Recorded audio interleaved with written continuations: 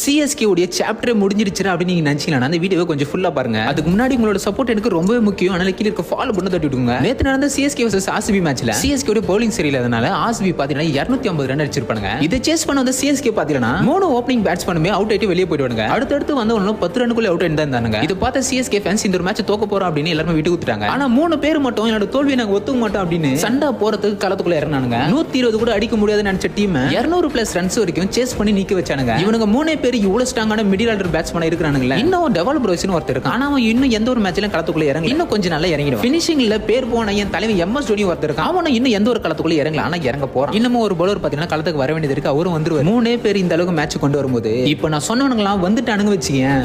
Bro உங்களுக்கு எல்லாம் Chennai super Kings பேர் மட்டும் தானே தெரியும். ஓஜி கம்பேக் சூப்பர் கிங்ஸோட வரலாறு தெரியுமா? அதெல்லாம் உங்களுக்கு தெரியாதனால தான் நீங்க துள்ளிக்கிட்டு இருக்கீங்க. அவனை எவன் சிஎஸ்கே டீமை போட்டு அடிச்சீங்களோ அவனுக்கு எல்லாருமே வார்னிங். கண்டிப்பா சிஎஸ்கே கம்பேக் எல்லா மேட்ச்லயுமே கொடுக்கணும். இதுக்கப்புறம் எவனை